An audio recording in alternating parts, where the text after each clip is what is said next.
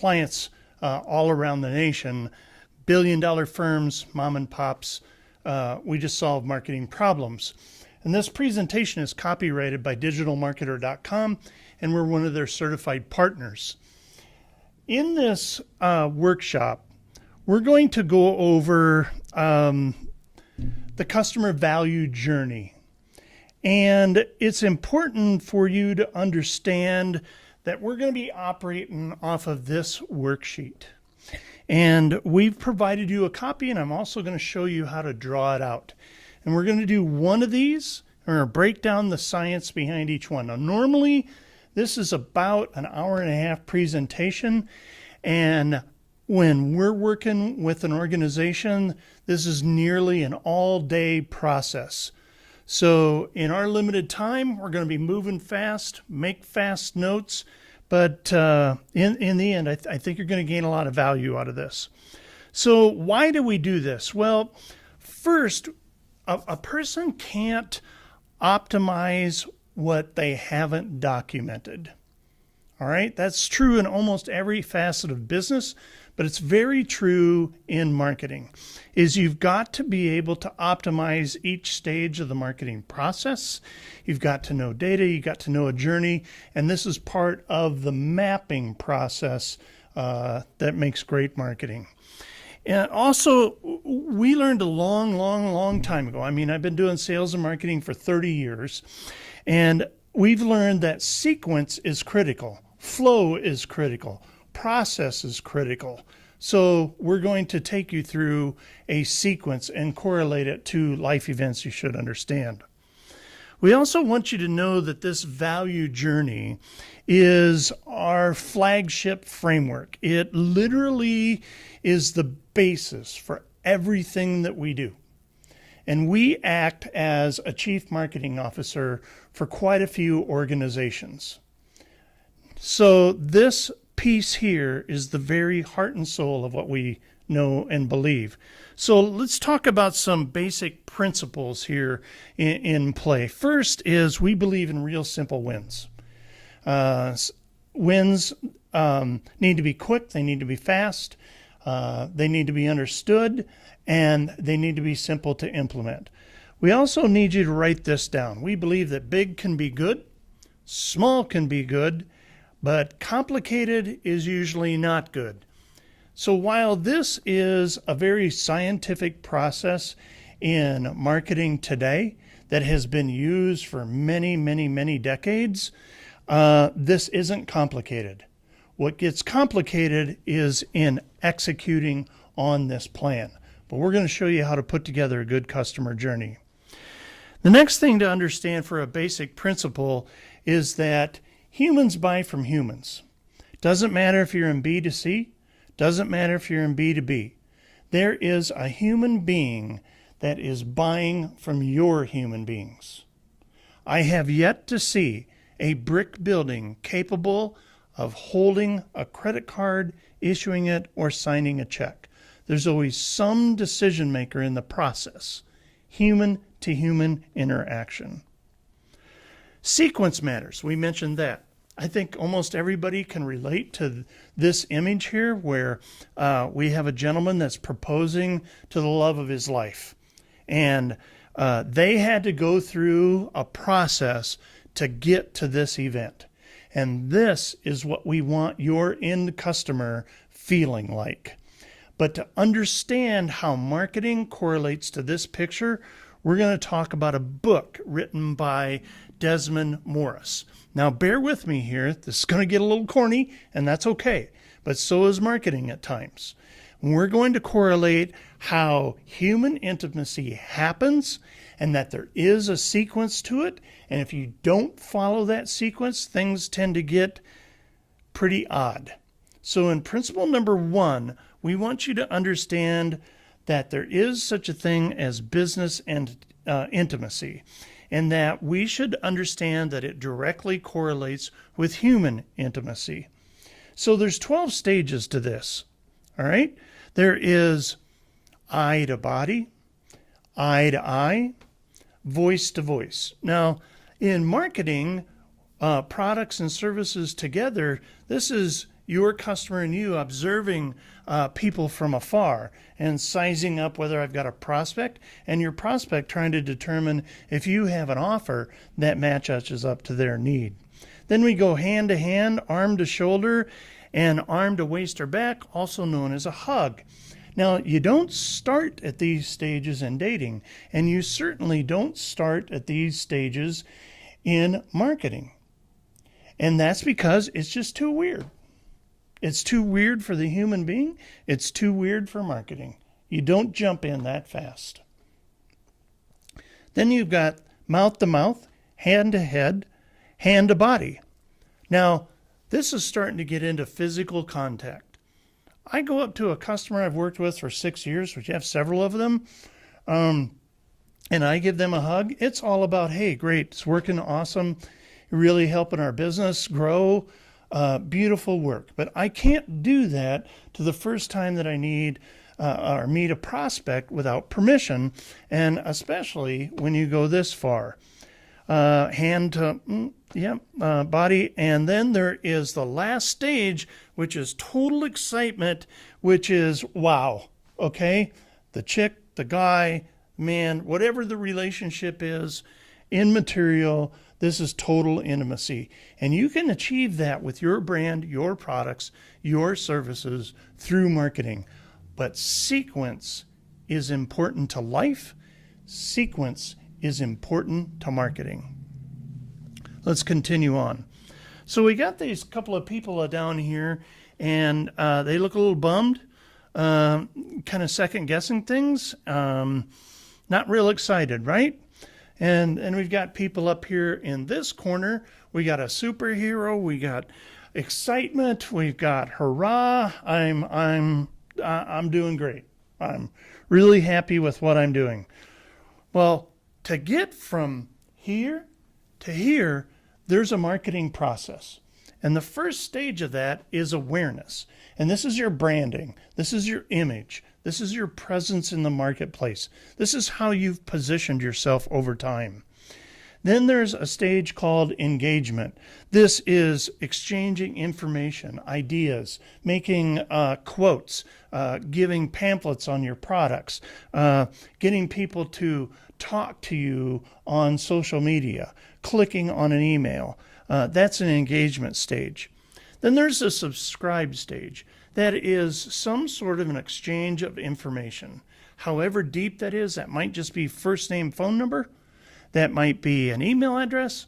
It might be questions that go deep so that your salespeople can pre-qualify a lead. But nonetheless, there's a subscribe stage and some other things that happen. Then we move into the convert stage. Now, this is not the sale of your initial offer. The convert stage is where we have a small exchange of value. That could be time. That could be a small amount of money compared to your greater purchase. Okay? Then we have an excite stage. This also is before your core offer is purchased. The excite stage is, all right, I got to do a free demo, a free trial, a sneak peek, take a look, get a quote. I spent some time with these people. I'm excited. I'm looking forward to making this decision and making this purchase. This is the excite stage. And you can imagine where we talked about human interaction, that in the dating up to marriage stage, these things happen also, all right? You're aware you exist. We're starting to talk to each other. All right, I'm kind of buying into what you're talking about. All right, why don't you take me out for dinner? Hey, I'm excited. I finally met somebody that's worth talking to and spending more time with. Now we move into the ascend stage. This is your initial transaction. This is the core offer that your organization has. This is a buying moment. This is after excite. I've converted over here by giving you more information, probably time, maybe a little bit of money, but maybe not. But I'm ascending. And ascending usually has multiple layers in it. Usually you've got some type of a core offer, some baseline product, and you're moving those people up into other products and services, advancement of the amount of services that you do, more layers, more transactions, greater customer lifetime value. That's what you're trying to achieve in the ascend stage.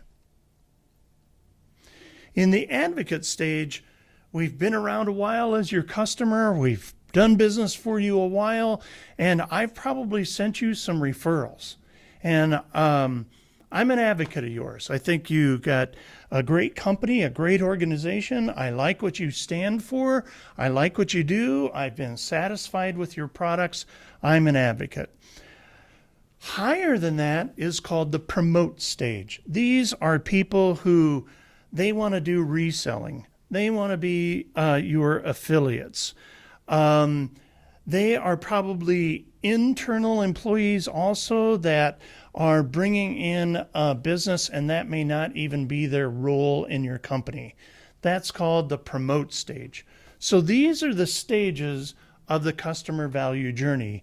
And what we're going to do here, now that we're about 11 minutes in, is we're going to teach you each segment how to map it out and what questions that you need to be asking yourself and your team so that you can put one of these together and actually implement great marketing and then know where to tweak and what to modify. All right? So let's get started. First, I want you to draw out the framework, or you've got that sheet in front of us. And the first thing you're going to do is just put lines around a box. And then you're going to take about third up and go all the way across. And you're going to start over here on the side and come all the way down. And then you're going to do this again over here. This is the tricky one. Start over here, third the way down, you come all the way across, and don't go all the way. Now, you got erasers? Probably not. Whiteout? Probably not. For you legal people, what'd they call that? Like canary yellow whiteout or what? I don't know. So anyway, you should have this as your customer value journey framework.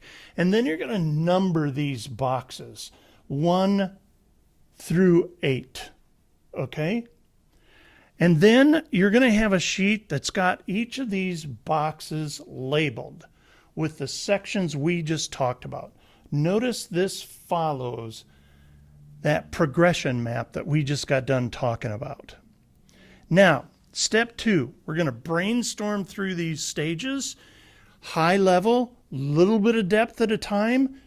We only have about 45 minutes at max for this session, but we want to make sure you get great value out of this workshop. So, here's your map. You got it drawn out. You've probably got one with you, and you're like, all right, let's ready to go. Let's start. You know, we're going to start with box number 1, and you're probably ready to write down information in there. Well, that's just fine and dandy, but don't do that. All right. That's not where we're going to start. We are not going to start in box number 1. Why? Well, because if you start in box number 1, that's the hardest part. That particular box is about brand awareness. Okay? So we're not starting there. We're going to start where you more than likely know your stuff about your company, and that's in box number 6. And if you remember and look on your sheet, that's the ascend stage. So with the ascend stage, this is where you're getting new customers, repeat buys, that initial purchase at the base level, add-on sales, more products, more services, upgrades, continual rebuy. That is the ascend stage. Okay? Now, as we move from here to the ascend stage, we're going to reverse engineer this. And the reason we're going to build it this way is that you always have to optimize things in reverse. You have to start with what you know and then reverse engineer the process. That way you're always starting out with what you have as the end in mind. So if you start with the end in mind and reverse engineer, you get better results. Then you come back up here where this is where you had your buyer, multiple buys, things of that nature. And we're going to try and get people to be advocates and promoters. So this is the way we're going to build this thing for your organization. So start here at number 6, which is the ascend stage. Now, question 1. In the ascend stage, we got the first question. I want you to write down, what is your core product or service? What's your flagship offer? How are you also going to continue to deliver value after that very first sale of your core offer to get repeats? What's that customer look like? Even if you may imagine an existing customer that comes back time after time after time, and always have them in mind. So the first question we're asking you is, what's your core offer? What's your flagship? And how are you going to move people up the ascension ladder to repurchase more products, more services? What are those products and services? How do their features benefit the buyer? Now, as you write those down, works great if you want to write them in there. You got Post-it notes, works good too. Draw this out on a great big whiteboard with your team. We love the Post-it note idea. Hand them around to the team. Get them to interact with this process and map this out. Move these things around. Have great discussion. This is what turns into an all-day process that will greatly benefit your organization and have you well on the way to doubling your sales. Now, we're going to move to stage 5. Okay? So stage 5 is the excite stage. The excite stage question then is, what are aha moments? Now remember, this is the excite stage that's before the ascend stage where the core offer purchase is made. And aha moments are those things that transform your products and service from a nice to have to I gotta have this. Okay? That's an aha moment. And an aha moment is, hey, I was wondering about that, and whoa, I get it. I understand. That's aha. Wonderment, understanding. Let's take a look at some things that various companies do at the excite stage so that we can kind of give you some ideas.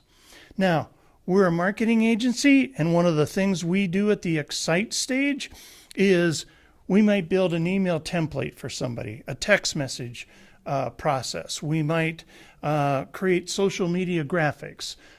We might storyboard or write a script or give ideas for a video. These are the excite stage before the initial purchase is made. Another great example is Tesla, where they do a launch. That's going from 0 to 60 in 2.8 seconds with an electric car. And hopefully you get a customer that responds to your products and service that's as good as that. Apple does something really cool at the excite stage. And they, if you haven't noticed, put a lot of money into packaging.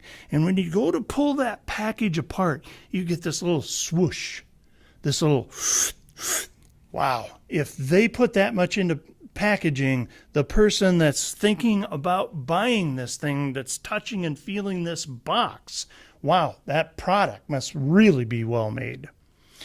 Attorneys. Here's an attorney who has attorney talk between attorneys, share each other ideas. Their aha moment is, look, you can ask a question, you can get an answer. All right? Now, in the aha moment, you need to figure out what is yours. What's your aha moment before that purchase is made? What is it that gets your prospective customer to decide you've got what I need? Okay?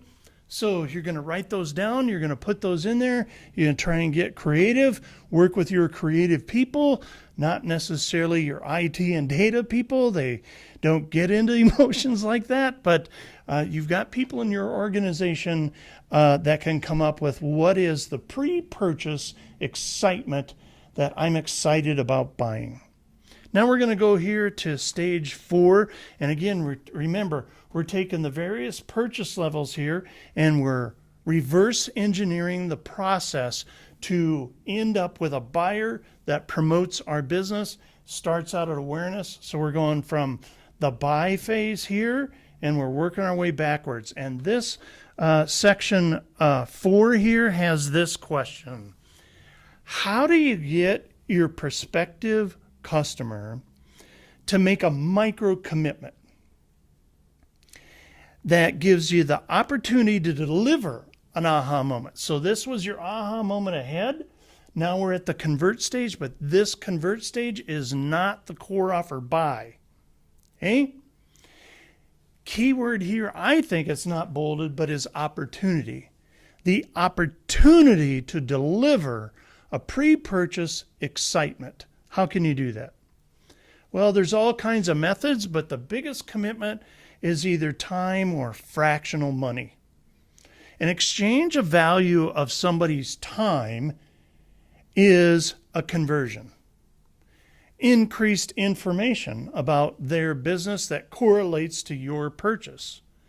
A small investment test, financial commitment, can also be a method of commitment in the convert stage, but we're talking micro commitments here. Now, entry point offers is what we're talking about here. So an entry point offer, we're going to take a look at some examples. And here, this company called Help Scout is offering a 15-day free trial for their software. They want your company name, first name, last name, email. They want you to establish a password, and they want you to say, hey, how did you find us? So a little data gathering here. That's an exchange of value. I'm going to give you something free for 15 days. I want more info from you, and you may go longer than this. I probably would not go shorter, because if you're giving away something for free, you've got to have an exchange of value. This is a weed out process also. This is where you've got a prospect that you want to know is serious. And if you start asking them in-depth questions as qualifiers that are required to make your purchase of your core offer, this is where you want to do it, at the convert stage. So we're converting time, fractional dollars, information. Those are things that convert. Infusionsoft's really good at this. Choose your demo. We got different ones to take, different ones to have. Here's another really big tip at the convert stage. If you can take your core offer and splinter it into valuable components. And the key here is you don't want to be selling cars and say, here is a steering wheel for $100, because the steering wheel is worthless. So when you go to splinter that product into components, you've still got to be giving value. So here's an example. If you're selling candles and all the parts to go with it, candle wicks are a really good splinter offer to make at the conversion phase, because of the conversion phase, we're just selling a wick. And now I'm just guessing here. I've never made a candle in my life, but I would imagine that if I'm buying a wick, about the only thing that would be worth buying that for is for me to make a candle. All right? Probably a good idea. Guitar picks are the same way. If you're a musical retail store selling guitars, sell somebody 100 picks, even if it's at a loss. All right? Because likely that you get somebody to buy 100 picks for $8, I would venture to guess they're probably a guitar player. All right, so splinter. Furniture cleaning, $20 will come out and do your recliner, sectional overstuffed chairs, something like that. And while there, hey, they just might hire you to do the rest of the house or another chair, but it won't be $20. So this is time. You're giving of time. They're giving a little bit of money. You're probably losing money on this, but you're in the house and you're making this conversion. Fiverr is really good at this. $5 make you a professional whiteboard video. All right. Now, granted, they're trying to sell their full services, and not everything's $5. This is entry level. So at Digital Marketer, our partner company that we work with, they have a thing called Digital Marketer Lab. And what they do is they give you all kinds of benefits to belong to this thing, and they have all kinds of execution plans on how to do marketing on your own rather than hiring a whiz-bang marketing agency like Viral Solutions. And, well, anyway, you get the idea, right? But they take and they splinter a piece out. And here we're talking about Facebook engagement and how to do that. And they'll sell it to you for $7. Costs them a ton of money to put that together. But this is trying to pre-qualify somebody before they're excited, try to gain in more information, let them test drive your stuff. Now, once they're a member there, they get involved in DM Engage, and there's their aha. So we had this convert stage, remember, reverse engineering. So we come back to this excite stage, and here is a Facebook page where you can ask all kinds of questions and get all kinds of answers.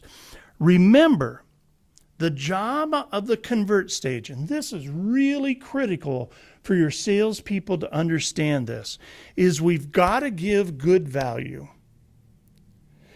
This convert stage isn't the close to the sale.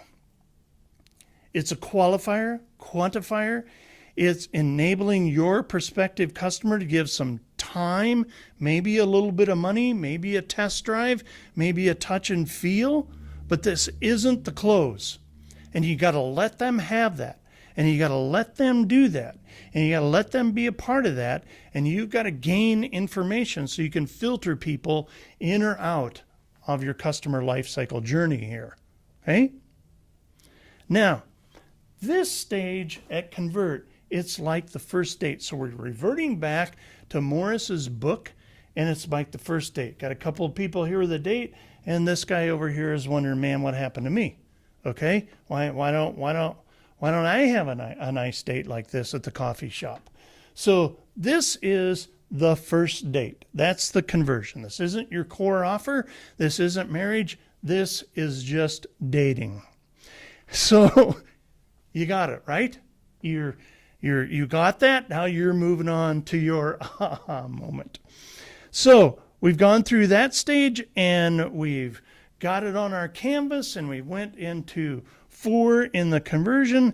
And remember, we're reverse engineering this process. So you're here in number 3. We're going to teach you how to use this. In number 3, we got a question.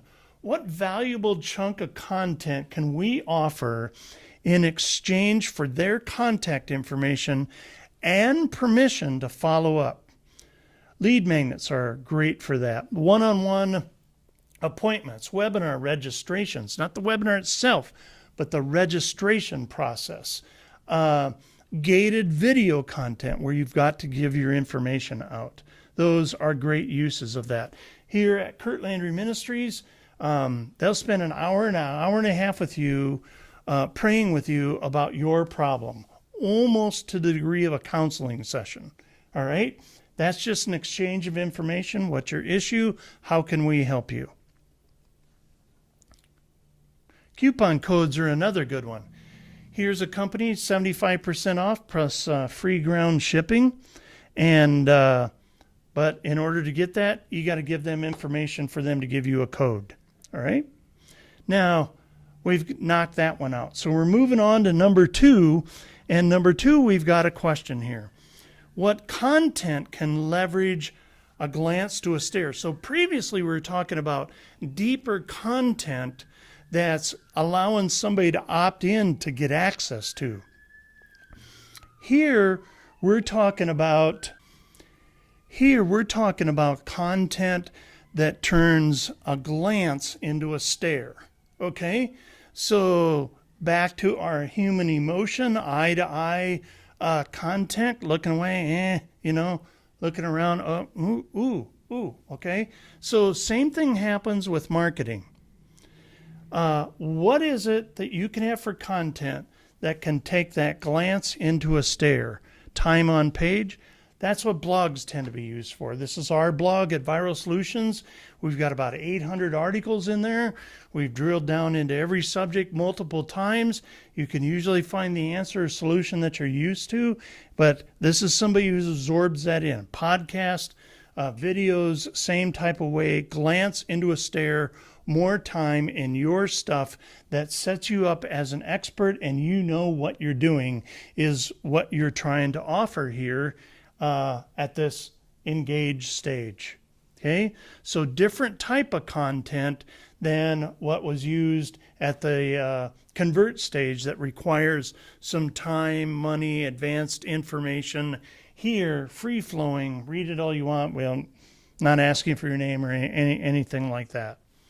Types of content, though, at that phase, they got to be informative. They got to be entertaining.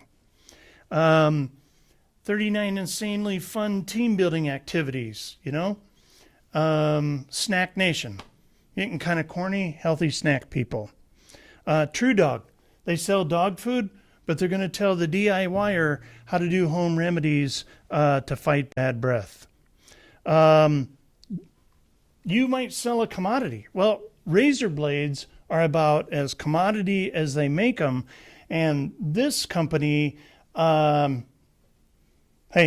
they took it on, and billions in razor blades. This is a heating and air conditioning guy using entry-level furnace and air conditioning filters, and they're doing a little shake it off kind of thing. All right, so being fun. Now, if you need more engaging ideas, just answer questions. Okay, the great place to find ideas to create content is from your customer or the person who didn't buy from you, or to go to a place called Answer the Public. And Answer the Public is really good. You put in a question, and this is telling you what the internet community is actually searching for questions and answers. Quora is also a great place to find areas for needed content. These are people asking questions, getting answers because they couldn't find it anywhere else. Now, during a friend of mine's engagement party, how much wine for 20 guests? All right. I had no idea.